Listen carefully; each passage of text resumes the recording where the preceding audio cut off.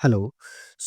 यदि हम last lecture की बात करें उसमें हम लोग जो यू पढ़ रहे थे वो 4 नंबर पॉइंट तक हमने देखा था कि जो फंक्शन है वो शेयर क्या करता है ग्लोबल डेटा को करता है, ठीक है? तो यदि ऐसे इसका आप एग्जांपल समझिए ऐसा तो यहाँ पे क्या है कि यदि कोई हमारा फंक्शन है या चलिए हम प्रोग्राम सी का ये प्रोग्राम लिखते हैं तो यहाँ पे क्या होगा आपका इसी में हम बात करते हैं क्योंकि सी प्रोसीजर ओरिएंटेड लैंग्वेज है। यदि हमने डिक्लेयर किया इंट x इक्वल टू 10 समझिएगा चीज़ों को और हमने क्या किया एक वॉइड और एक फंक्शन को डिफाइन किया फंक्शन 1 जो कि जिसका काम क्या है कि x के वैल्यू को चेंज करना x equal to x plus 5 हम इसे बताते हैं जैसे ये क्या करेगा फंक्शन इस फंक्शन की यदि हम बात करें तो ये फंक्शन क्या करे यदि x है तो उसमें क्या करेगा जो प्रीवियस x की वैल्यू होगी जैसे यहाँ पे क्या है 10 है तो ये क्या करेगा 10 यदि वैल्यू है तो 10 प्लस 5 करेगा और इसका रिजल्ट 15 हुआ और ये 15 क्या करेगा वापस से 10 में स्टोर कर देगा। तब इसकी वैल्यू बदल के कितनी हो जाएगी 15 आप समझिएगा। बट तो यहाँ पे क्या हुआ आप समझिएगा कि जो हमारा फंक्शन है वो क्या करता है ये जो आपका डेटा है उसको ग्लोबली एक्सेस कर रहा है शेयर कर रहा है कौन सा फंक्शन यदि हम यहाँ पे एक्स की बात करें इस फंक्शन में तो ये क्या करता है कि हमारा जो एक्स की वैल्यू उसको चेंज कर रहा है ठीक है एक्सेस कर रहा है ओवरऑल। तो ये आप समझ गए अब देखिए जो पांचवा पॉइंट इसी से रिलेटेड है तो पांचवा पॉइंट क्या बोलता है कि data move freely from function to function इसका मतलब ये है जैसे यदि हम देखें इस प्रोग्राम की बात इसी प्रोग्राम में हम देखते हैं यदि हमारा एक फंक्शन क्या है फंक्शन 1 क्या कर रहा है एक्स की वैल्यू को चेंज कर रहा है बट एक हम ऐसा फंक्शन लिखते हैं जैसे कि void एक फंक्शन है आपका 2 ठीक है हमने डिफाइन किया और इस फंक्शन का काम क्या है कि जो प्रिंट करेगा ठीक है इसको आप ऐसे लिखिए प्रिंटफ ये क्या करेगा एक्स की वैल्यू को प्रिंट करेगा समझिएगा बस। तो यहाँ पे क्या हुआ यदि ये प्रोग्राम लिखा है सिक्वेंशनल वाइज में ये आपका प्रोग्राम लिखा है ऐसे ऊपर में वैल्यू डिक्लेयर है और हमारा फंक्शन 2 फंक्शन 1 के बाद आ रहा है समझिएगा। तो यहाँ पे क्या है कि हमारा जो एग्जीक्यूशन होगा टॉप टू बॉटम होगा। तो पहला हमारा एक्स ये हमारा एग्जीक्यूट होगा जो कि क्या करेगा एक्स का वैल्यू होगा इसको हम मिटा रहे हैं ये तब समझिए ये एक्स है एक्स की वैल्यू क्या है 10 है फंक्शन 1 आया इसको चेंज करके 15 कर दिया। अब समझिए लेकिन 15 2 का जो फंक्शन 2 है सॉरी फंक्शन 2 का काम क्या था कि इस वैल्यू को प्रिंट करना जो कि ग्लोबली स्टोर है। बट यदि प्रोग्राम एग्जीक्यूशन स्टार्ट हुआ और इस फंक्शन के आपको लॉजिक नहीं पता है तो ये फंक्शन जो फंक्शन 2 ये एक्सपेक्ट कर रहा था एक्स की वैल्यू को 10 क्योंकि ग्लोबली वैल्यू जो है वो एक्स डिफाइन था। बट ये जब प्रिंट होगा समझिएगा जब ये प्रिंट होगा तो यहाँ पे क्या होगा कि ये जो फंक्शन 1 है ये इसको एक्स को मॉडिफाई करके 15 कर देगा और जब ये उसके बाद ये हमारा एग्जीक्यूट हो जाएगा कंप्लीट प्रोग्राम ये वाला हमारा कंप्लीट प्रोग्राम एग्जीक्यूट होगा उसके बाद फिर जब ये सेकंड जो हमारा फंक्शन 2 एग्जीक्यूट होना स्टार्ट होगा तो वो इस पेज पे आके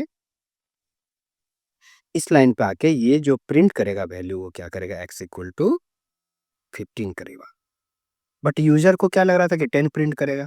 तो यहाँ पे क्या हुआ इस लाइन को समझिए क्या बोल रहा है कि data move freely from function to function. तो यहाँ पे क्या हुआ कि फंक्शन 1 क्या क्या मॉडिफाई किया और फंक्शन 2 उसी वैल्यू को क्या किया हमारा डेटा को मॉडिफाई कर दिया।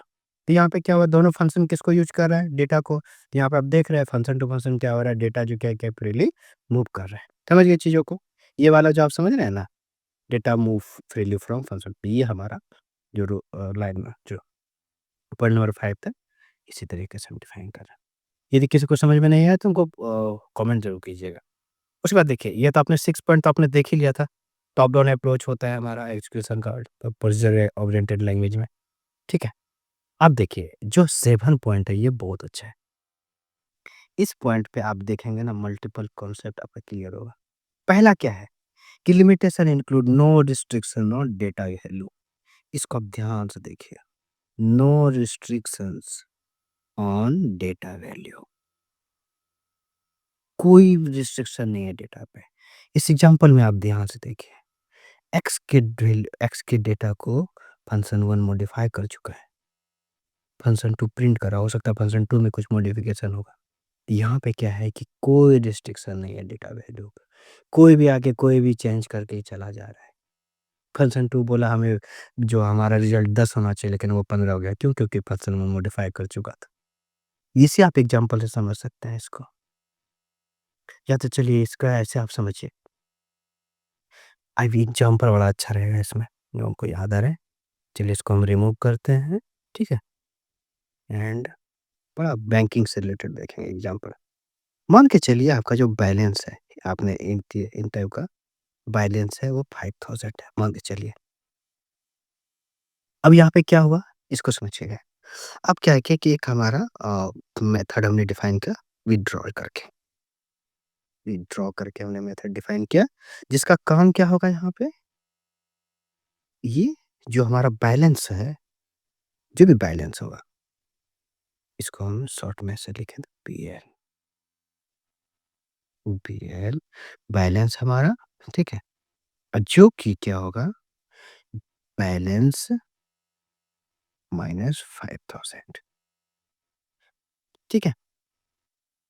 अब देखिए यहाँ पे क्या होगा कि हम जब विथड्रॉ करेंगे और यहाँ पे क्या होगा कि 500 5000 जो है विथड्रॉ करने का मेथड है कि हमने 500 जब भी हम विथड्रॉ करेंगे तो 5000 विथड्रॉ करेंगे। और यदि हमारा ये एग्जीक्यूट होता है प्रोग्राम, इसका मतलब क्या है कि जो भी हमारा बैलेंस होगा उसमें 5000 डिडक्ट हो जाएगा, ठीक है? अब देखिएगा यहाँ पे उसके बाद अब ये जो हमारा सेकंड हुआ,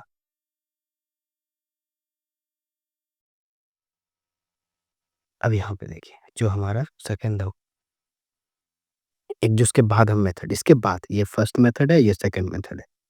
अब यहाँ पे क्या करेंगे, हमने एक हैक करके मेथड बनाया जो कि क्या करेगा, बैलेंस को 0 कर देगा। अच्छा एक चीज़ बताइए, क्या ये एग्ज़ीक्यूट होगा ये मेथड यदि हमने डिफाइन किया तो? ऑब्वियस सी बात हो, क्योंकि हमारा टॉप टू बॉटम एग्ज़ीक्यूशन होगा, मेथड वाइज़ है। ये मेथड जो विथड्रॉ में था उसमें कोई रिस्ट्रिक्शन नहीं थी, विथड्रॉ एग्ज़ीक्यूट हुआ तो हैक भी एग्ज़ीक्यूट होगा, तो हैक जेके जैसे एग्ज़ीक्यूट होगा, तो बैलेंस को क्या कर देगा यहाँ पे ये 0 कर देगा। होगा कि नहीं? और ये अलाउ है, दोनों कंडीशन में अलाउ है कि नहीं है?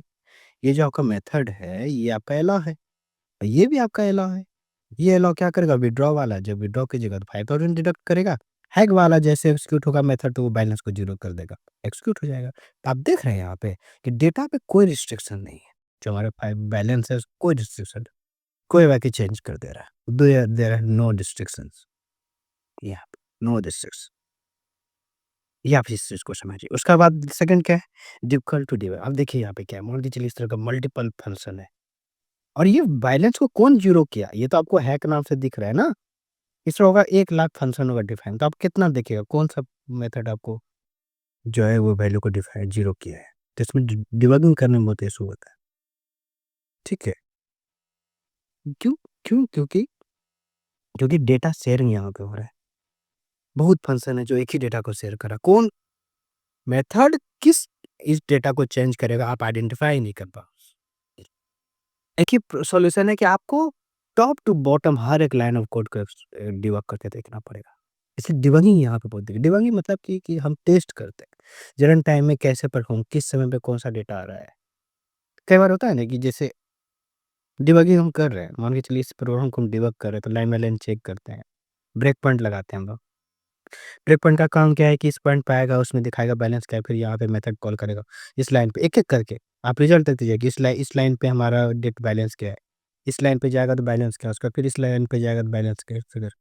तो ये डिबगिंग बहुत डिफ़िकल्ट हो जाता है क्योंकि आपको पता ही नहीं कि कौन-सा मान लीजिए कि एक ऐसा मेथड है जो सबसे लास्ट में डिफाइंड है और वही बे डेटा को चेंज कर दे रहा है। बट आपको जो आपने चेक किया शुरू से लेके अंत तक, वो तो टाइम वेस्ट हो गया ना, तो डिबगिंग यहाँ पे बहुत ज़्यादा डिफ़िकल्ट हो जाता है। उसके साथ ही अगला क्या है कि नो रीयूज़ेबिलिटी कॉन्सेप्ट, ऑब्वियस सी बात है। प्रोसीजर जो आपका ये है प्रोसीजर ऑब्जेक्ट ओरिएंटेड लैंग्वेज है, ये नो मॉड्यूलर है, इसमें मॉड्यूल नहीं होता है। मॉड्यूल नहीं होता है मतलब सेक्शन, जैसे कि आप समझिए कि यदि कोई हमारा प्रोग्राम है, जैसे आप घर में ही देखते हैं कि अलग-अलग रूम होता है आपका। स्टडी के लिए अलग होता है, वो खाना पकाने के लिए अलग होता है, स्लीपिंग के लिए अलग होता है, पूजा का अलग होता है। तो अलग एक घर में अलग-अलग रूम है, अलग-अलग रूम में अलग-अलग वर्क हो रहा है। तो यहाँ पे ये अब एक ही रूम है, तो यूज़ करके मल्टीपल टाइम कभी इसको आप यूज़ करें उसको, उसी रूम को आप मल्टीपल चीज़ के लिए भी यूज़ कर सकते हैं, यदि वो आपने मॉड्यूल बना रखा है तो। और यहाँ पे क्या है कि रीयूज़ेबिलिटी कॉन्सेप्ट नहीं होता है। एक मेथड यदि है तो जैसे वो हैक है तो वो बैलेंस 0 करेगा, वो विथड्रॉ नहीं करेगा। ठीक है? आप यूज़ नहीं कर सकते हैं कि इसी मेथड को हम कभी हैक के लिए यूज़ कर लें, कभी विथड्रॉ नहीं। आपको जितने भी आपने वो आप वर्क करेंगे, इंडिविजुअल मेथड को डिफाइन करना पड़ेगा। कोई एक्जिस्टिंग मेथड का आप यूज़ नहीं कर सकते। जैसे बैलेंस वाला का आप यूज़ हैक के लिए नहीं कर सकते, हैक के लिए अलग से मेथड डिफाइन करना पड़ेगा। तो इस तरह से क्या है कि यहाँ पे रीयूज़ेबिलिटी का कॉन्सेप्ट नहीं है। जिससे क्या है कि बहुत बड़ा डिसएडवांटेज है और ये UPS इसी चीज़ को दूर करता है। रीयूज़ेबिलिटी का कॉन्सेप्ट है उसमें, ठीक है? तो ये हमारा समझ सकते हैं बहुत ही बेसिक क्या कहते हैं डिफरेंस है इन चीज़ों में। पहला तो difficult to debugging and no reusability ये बहुत ज़्यादा इम्पोर्टेंट है। आप पर एग्ज़ाम में जब इसको डिफाइन करेंगे ना, इसको आप अच्छे से वर्ड में स्टेटमेंट वाइज़ स्टेटमेंट लिख देंगे। तीनों के यहाँ पे 3 पॉइंट इंक्लूडेड है। पहला, no restriction on data value, difficult to debugging and no reusability concept. इसका एग्ज़ाम्पल देखिए सी है, बेसिक है, कोबोल है और फोर्टेन है। कोबोल का फुल फॉर्म हो गया कॉमन बिज़नेस ओरिएंटेड लैंग्वेज और फोर्टेन का हो गया फॉर्मूला टर्न्स। ये जो लैंग्वेजेज़ हैं जिसका जो कि प्रोसीजर ओरिएंटेड लैंग्वेज है, ठीक है? तो ये हमारा प्रोसीजर ओरिएंटेड लैंग्वेज है। इसमें कोई आपको कन्फ्यूज़न है, कोई डाउट है तो आप कमेंट कीजिए, हम रिप्लाई कर देंगे आपको। अब बट इसके बाद जो हम लोग पढ़ेंगे वो ऑब्जेक्ट ओरिएंटेड प्रोग्रामिंग लैंग्वेज पढ़ेंगे, ठीक है? चलिए।